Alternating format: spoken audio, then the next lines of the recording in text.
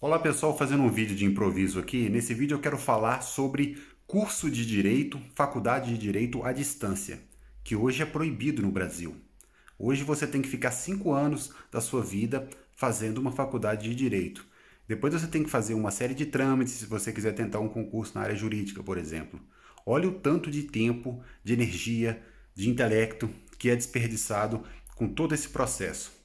Eu ainda quero fazer vídeos detalhados sobre isso, entendeu? Eu tenho muita coisa para dizer, mas por enquanto eu quero fazer uma introdução aqui. Hoje, como eu acabei de dizer, você não pode fazer uma faculdade de Direito à distância. Você tem que ficar 5 anos presenciais em uma faculdade de Direito se você quiser se formar. E a quem compete mudar isso? Quem teria o poder de mudar isso? O presidente Bolsonaro pode.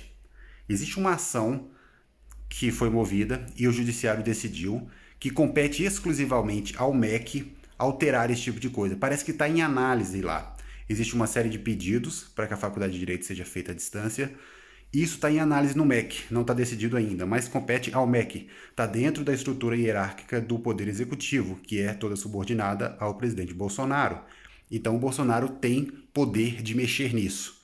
Então é um alerta para ele, uma dica para ele, se isso puder chegar até ele, ele puder mexer lá uns pauzinhos para que isso ande, seria maravilhoso, entendeu? A OAB, obviamente, se manifestou contra. E se a OAB se manifestou contra, a chance disso ser positivo é muito grande. Porque se a OAB é contra, quais são os objetivos da OAB? O objetivo da OAB é o monopólio dela mesma, proteger uma casta de advogados, é controlar a sociedade, é mamar dinheiro, é burocratizar negativamente cada vez mais o sistema jurídico brasileiro, né, para que os advogados possam entrar com cada vez mais recursos e arrancar mais dinheiro dos clientes. Então, as intenções da OAB são sempre negativas, tá? A OAB é uma organização monopolista negativa. Faz muito mal ao Brasil em todos os aspectos. Sempre que a OAB se manifesta, é de forma negativa. Então, se a OAB é contra que cursos de direito possam ser à distância, é claro que isso é algo positivo. E por que a OAB é contra? Porque isso, em primeiro lugar, tiraria o poder dela.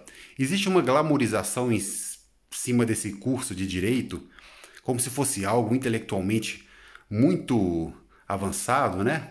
Curso de direito, o cara é formado em direito, é doutor. Existe essa palavra doutor utilizada pelos bacharéis em direito. E o fato da pessoa ter que ficar 5 anos lá de forma presencial contribui para isso. Existe uma falsa ideia de intelectualidade em torno desse curso, tá? E é isso que eu quero desmanchar aqui nesse canal.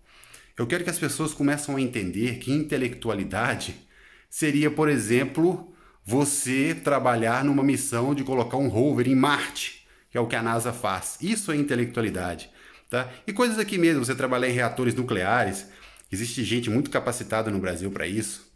Essas pessoas merecem respeito intelectual. Agora, até muita gente na área de humanas também, entendeu? A pessoa que desenvolve ideias de humanas por conta própria, e humanas não é necessário faculdade para você desenvolver isso. As ciências humanas devem ser varridas prioritariamente do MEC. Eu defendo a extinção imediata do MEC, mas a gente sabe que isso não vai acontecer. Portanto, é importantíssimo minar as ciências humanas. E o curso de Direito é um curso simbólico. Muitas pessoas sonham, jovens sonham em se formar em Direito. Eles ficam pensando, isso vai consumindo o tempo da vida deles. E olha o tanto de desperdício que está envolvido em toda essa cadeia dos cursos de Direito. Primeiro que em cada esquina hoje você tem uma faculdade de Direito. Isso não deveria existir, porque aquele prédio lá, na minha opinião, está sendo ocupado de forma desnecessária. Como deveria ser o direito, na minha opinião? O direito deveria ser grupos de estudos, de debates. Você debate uma ideia aqui, a ideia melhor prevalece e assim que deveria ser. Mas hoje não. Hoje os alunos são todos enfileirados, tá, em faculdades que não terminam nunca. E existem professores lá que são pagos pelo dinheiro das pessoas, dos pagadores de impostos. Ganham uma fortuna, entendeu? Para ficar ensinando lá essa legislação brasileira que é horrível. É uma legislação propositalmente complicada. Tá? Quanto mais você complicar uma coisa, mais você consegue tirar dinheiro dos clientes. A gente tem advogado aí ganhando salários absurdos que não deveriam ganhar, porque não é justificável. Eles não valem isso. Advogado, para começar, advogado não deveria ser rico. Advogado não é uma profissão que permite a pessoa ganhar dinheiro, porque, a não ser que ela escreva livros, tá? Se a pessoa for uma pessoa que escreve livros ou empreender na área advocatícia, fizer aí um mutirão ali, um escritório gigante que várias pessoas trabalhando para ela, aí pode até ser que ela ganhe um dinheiro, entendeu? Agora, um advogado sozinho, qual é a chance desse advogado ganhar dinheiro? Ou ele explora os clientes, tá? Ou então ele se aproveita de todo o sistema jurídico brasileiro. E isso não é algo necessário, isso não é algo intrinsecamente importante. O direito é uma coisa simples por natureza. Não existem argumentos jurídicos que justifiquem salários de milhões para advogados, nem de milhares, como a gente vê aí. A gente vê aí advogados, por exemplo, como Márcio Tomás Barças, né, que foi ministro do Lula. Eu já vi ele advogado criminalista, eu já vi uma série de júris dele, alguma coisa assim, dele falando, ele comentando. Você acha o quê, velho? Você acha que o cara é um gênio da retórica?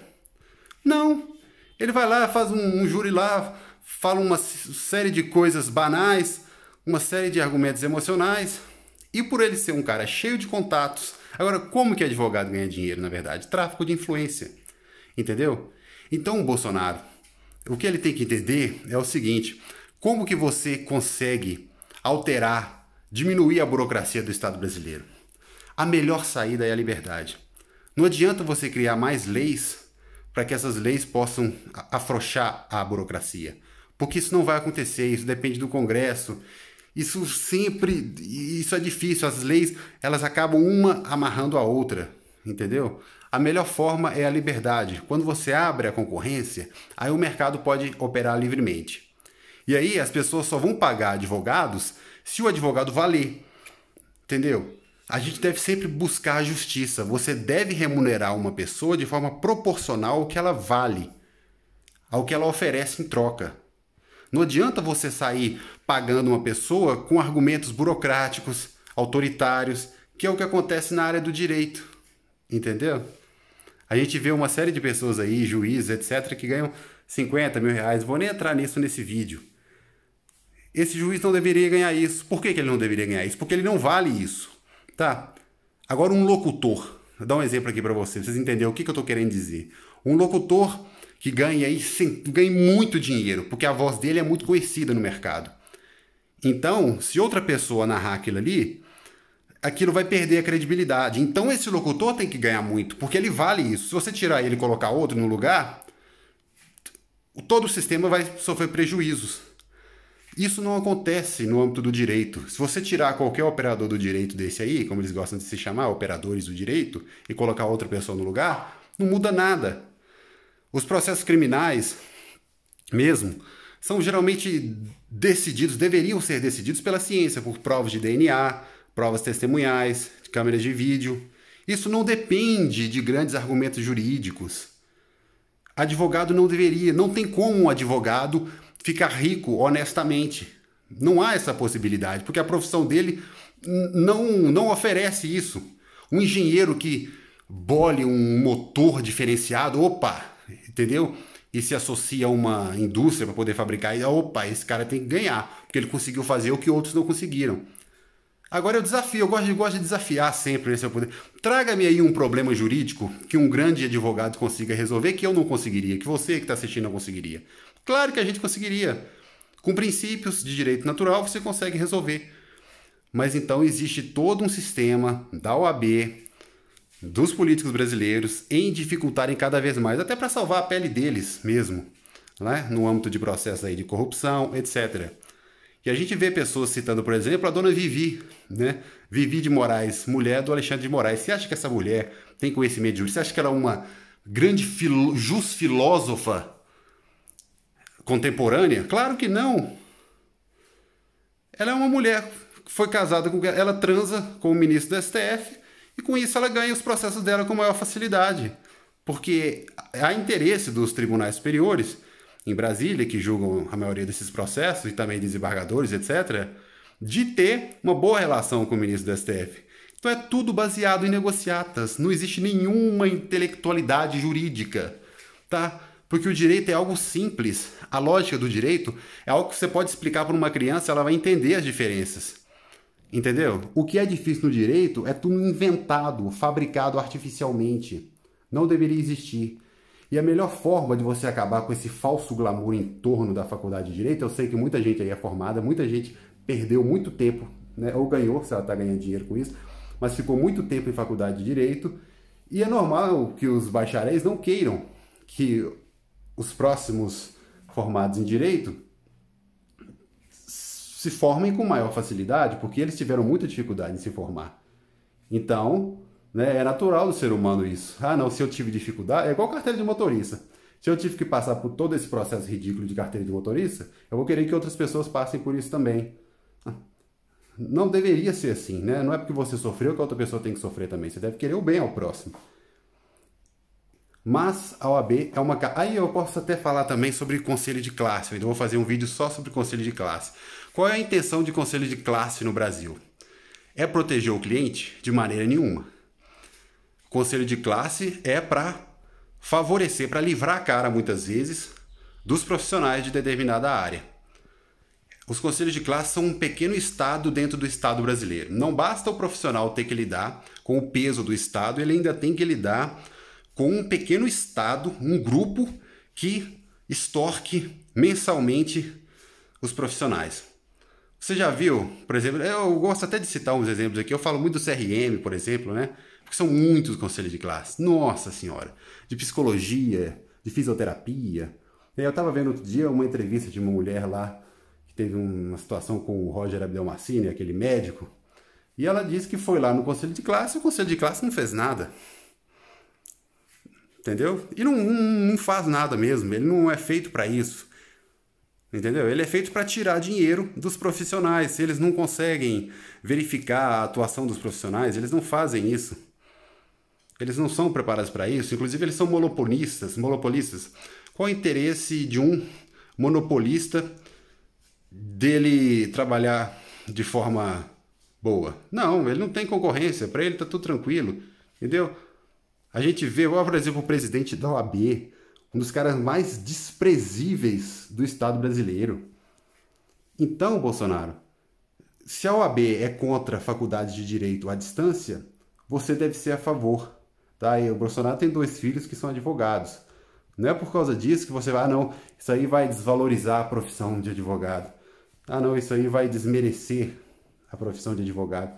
Não, isso vai colocar a profissão de advogado no lugar dela, tá? Isso vai assentar a profissão de advogado. Vai mostrar, vai expor a profissão de advogado, entendeu? Porque eles não merecem esse respeito, tá? Eles não têm essas virtudes intelectuais. É um glamour falso.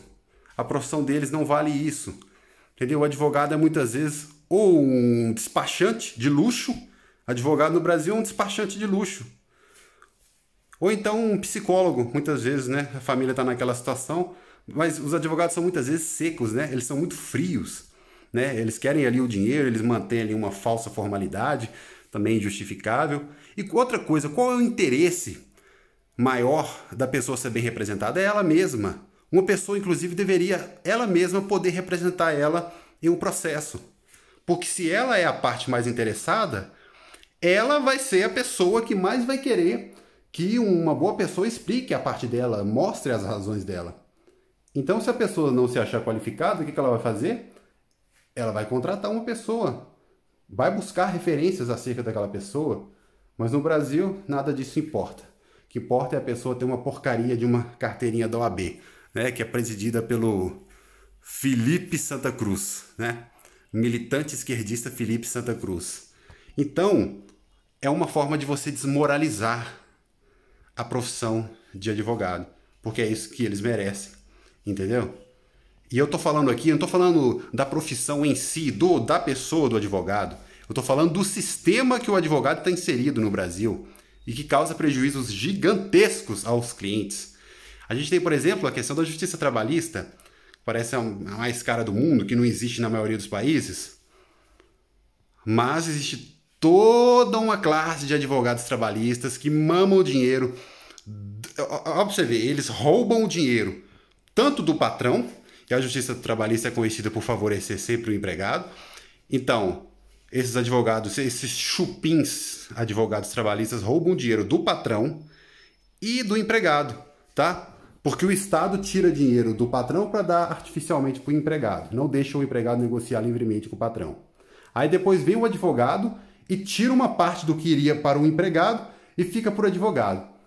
Então, o que tem de advogado nesse país é uma coisa assustadora. Não deveria ter sido de advogado, é por isso que o Brasil está nesse atraso tecnológico. Aqui a engenharia, todas as engenharias não têm respeito, tá?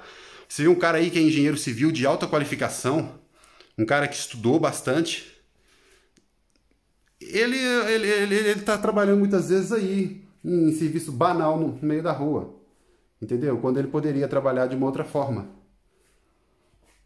Agora o advogado não, o advogado tem aquele status mentiroso que não deveria ter. Então, abra o mercado. Aí eu quero dar até outro exemplo aqui. As pessoas querem saber quem sabe mais direito, se é o bacharel ou se é um filósofo do direito, se é um escritor. Vamos fazer o seguinte, vamos deixar o mercado livre. Vamos ver quem é melhor. Entendeu? Deixa o cliente, que é o mais interessado, escolher quem é melhor. Muitas pessoas aí que estudam para concurso sabem muito mais direito do que os bacharéis. Porque quando você vai fazer concurso, você tem que passar por algo objetivo, você tem que fazer uma prova objetiva. E você está concorrendo. A prova da OAB não é uma concorrência. Se você atingir o mínimo lá, você passa. Agora em concurso não, você tem que ir melhor do que a outra pessoa. Então quem está estudando para concurso, geralmente sabe muito mais direito. Quem fez um cursinho ali, bem feito de concurso ali por um ano, ou menos, muito menos, sabe muito mais direito do que os bacharéis formados. Aborda uma série de bacharéis aí, nessas faculdades que você encontra por aí, de direito. E aborda temas jurídicos para a pessoa responder de memória, para ver se ela vai saber falar. Não vai saber. E aquilo que ela vai falar também, eu costumo dizer, o direito brasileiro é a opinião, o direito brasileiro é a coisa mais tapafúrdia que existe. O direito brasileiro é a opinião de Renan Calheiros. O direito brasileiro é uma opinião armada, é uma opinião do José Sarney, essa turma que construiu o direito brasileiro, Lewandowski, aqueles analfabetos do Supremo Tribunal Federal. Olha o Sérgio Moro, sujeito inepto, burro, retardado, incapaz. Você conversa com ele meia hora, você vê que ele não tem cultura geral nenhuma, não sabe nem se expressar, não sabe nem abrir a boca, escreve mal, não sabe nem ortografia, comete erros ridículos de português, entendeu? E aí eu posso citar até outras coisas sobre esse sistema. Posso falar também sobre o STF. Nós vimos que o STF proibiu a prisão em segunda instância. Por que ele fez isso? Porque ele quer que os processos cheguem ao STF, para que eles possam julgar e para que eles possam transferir dinheiro de forma imoral para suas mulheres advogadas, né? Porque se os processos terminassem, por exemplo, na segunda instância, os advogados não poderiam tirar proveito da influência que eles têm com eles lá no STF, né? Se um tribunal puder julgar as causas que eles quiserem no Brasil, isso é muito bom, né? Quem é que não quer ter, entre aspas, o poder de julgar o que ela quiser, né? Porque quando existe um recurso especial ou um recurso extraordinário que vai para um tribunal superior desse, o ministro que recebe, o relator, ele decide se ele vai aceitar, se ele vai julgar aquilo ou não, ou ele pode rejeitar de imediato, entendeu? Se o advogado for a mulher dele, ou for a amiga da mulher dele, ou for um sócio do escritório, né, que cobrou do cliente não sei quantos milhões e vai pegar uma partezinha para ele, aí ele aceita o processo. Aí o ministro do STF julga. Por isso que existem tantos recursos. Os recursos jurídicos no Brasil a tribunais superiores que atrasam o fim dos processos, vem de quê? Vem do lobby de advogados com os ministros do Supremo, porque os ministros do Supremo querem poder continuar julgando e tirando a fatia deles, desses réus, entendeu? Que pagam tanto dinheiro para os advogados. Você acha que esse advogado vale isso? Você acha que um advogado vale 1 milhão? Advogado escreve uma porcaria de uma petição estúpida lá e paga 1 milhão. O que tem nessa petição que vale 1 milhão? Nada. Nada. Entendeu? Então, como resolver isso? Liberdade. Não existe outra forma. Tá? Se você tornar o mercado de advogados algo banal, entendeu? Qualquer pessoa puder ser advogado. Ah, não, mas qualquer pessoa não pode ser advogado. Claro que pode. Se o processo é meu, se eu sou a parte interessada no processo, eu contrato quem eu quiser. Eu contrato eu mesmo, se eu quiser. É cada coisa. Entendeu? Não, mas fica aí, fica aquela história, né? Continua toda aquela farsa de 5 anos e olha o tanto de recursos da sociedade que é desperdiçada.